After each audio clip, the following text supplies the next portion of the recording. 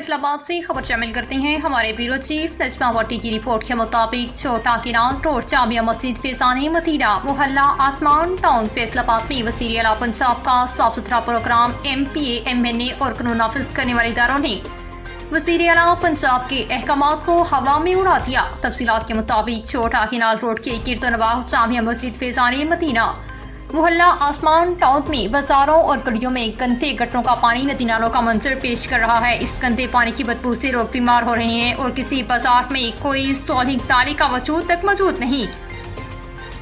नमाजियों को मस्जिद तक जाने के लिए सख्त दुश्वारी का सामना है। बच्चों को स्कूल जाने आने में दुश्वारी का सामना। अगर कोई फौत भी हो जाए तो इतने बड़े बड़े गटर में गंदे पानी की वजह से जनाजा ले जाना बहुत मुश्किल है।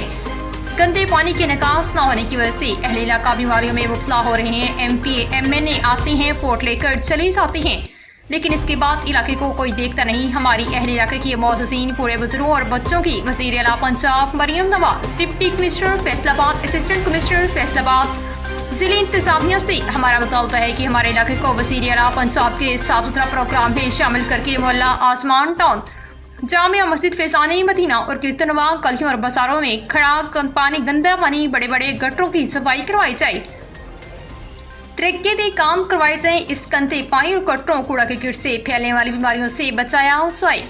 मज़ीद खबरों के लिए देखते हैं सिटी 11 न्यूज़ पाकिस्तान।